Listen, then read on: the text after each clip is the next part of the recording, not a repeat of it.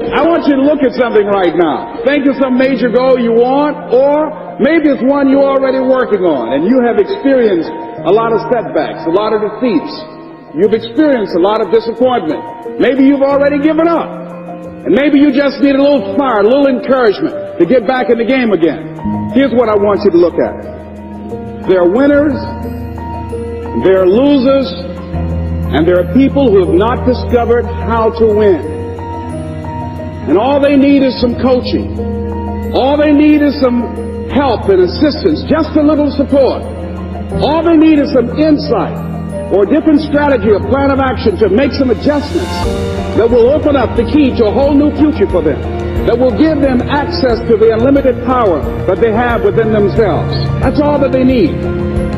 So what I want you to do is think about something you want for you, that's real for you, that's important for you, that will give your life some special meaning and power. And I don't even want you to say, I can do that. I don't want you to assume that. See, 5 years ago when I started out in this area, I would not have been able to make the mental leap that I would be up to where I am right now. I don't want you to begin to just psych yourself out. No. I want you to be able to say something to yourself that will enable you to maintain a level of integrity with yourself. That when you say this, even when you face tremendous setbacks, it will be a benchmark to keep you in the game, to keep you moving forward and experimenting and readjusting your strategy and your plan of action, continuously looking for ways to win. So what is that something? When you got an idea you want to move on, you might not have the money, you might not have the education, you might not have the support or the resources you need. What is that something that can keep us going, that will enable us to act on our dream? What's one of those keys that will begin to help us to discover the secrets to our dream? Here's what I want you to repeat after me, please, with power and conviction. Say, it's possible. That's all I want you to do when you look at your dream.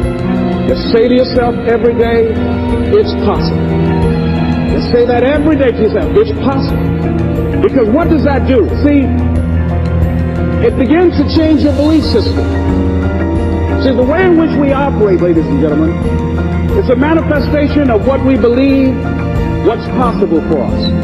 Whatever you've done up to this point, all that it really is a duplication, it's a reproduction of what you believe subconsciously that you deserve and what's possible for your life. Most people operate out of their personal history, out of their memory, things they've done, things they've experienced, things they've seen, things that they have observed. What I'm suggesting that you operate out of a larger vision of yourself. I want you to see yourself doing what you want to do, experiencing what you want to experience, having what you want to have, doing what it is that gives your life some meaning and value. Operate out of your imagination, not your memory. Because whenever you look at where you want to go, I'm wanting to warn you, you will have some conversation back here after you go through the data that you've experienced in life saying you can't do it. And so what you want to begin to do is ignore that inner conversation. Well, most people, ladies and gentlemen, when something happens to them, what they do is they begin to believe that that's the way it is. That's the way it's always been. And they can't see the possibility of it being any different. Example. Before April 1954, the common belief, the universal belief, because it had been tried again and again and again and people had failed, the belief was that man was not physically capable of breaking the 4-minute barrier, that he could not run a mile in less than 4 minutes. That was the belief on the planet. It had never been done. But here's what happened, ladies and gentlemen. Roger Bannister came along, and he broke the 4-minute barrier. Now here's what's significant about that. Since that time, up to this day, over 20,000 people have done it, including high school kids. What changed? 20,000 people, what changed? Here's what happened when they got on the track. They knew it had been done. And because they knew it had been done, there was a new belief about this barrier. about this goal that was unreachable.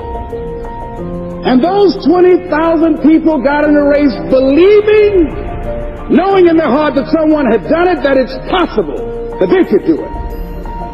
And I'm saying that if you know anybody that had some goal, some dream, something they wanted to do, and they did it, then I'm saying that you know in your heart that if someone has done it, then you can do it. It's possible.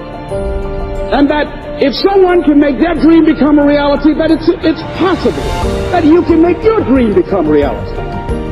And so as you begin to look at where you want to go, beginning to embrace that, it's possible.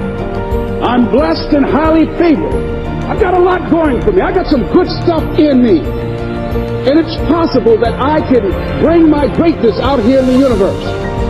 That I can do what I want to do. It's possible I can write my own book. I can have my own business. I can take the trip and travel around the world. It's possible. I can bounce back from adversity and reinvent my life. It's possible. Regardless of where I am, that things can get better for me. It's possible. I'm thinking about two men right here in Chicago who are fairly successful, similar background, educated. They worked for a corporation for many years, and they were among many people that were laid off. Two guys who were very good friends.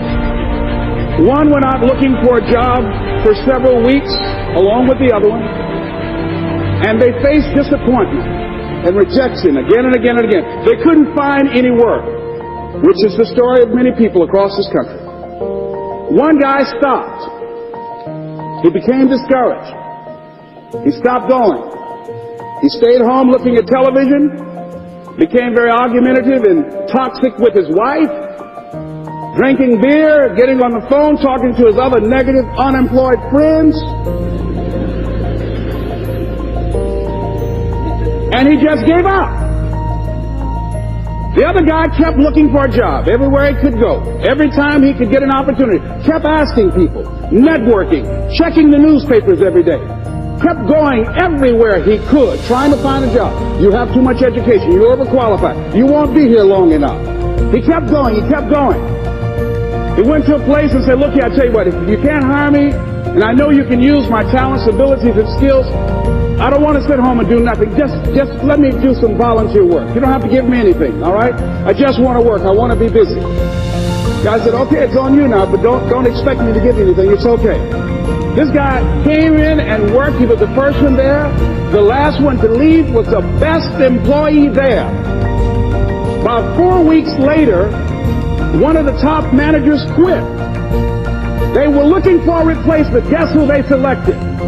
This other guy. This guy who was volunteering his time. He got the job. What was the difference between the two men? Eyesight and mindsight. Eyesight is judging on what you see. Judging according to appearances. But mindsight is how you interpret what you see. One guy said, it's not possible, it's over, I'm finished. I can't do it. I can't make it. He surrendered. I've faced rejection again and again. I'm not going anymore. There are no jobs out there. But this other guy, he felt that in spite of the no's and rejections, in spite of how bad the economy is, in spite of what the newspapers are saying, that it's possible that somebody somewhere will give me a job. He just kept going, thinking it was possible. And guess what, ladies and gentlemen?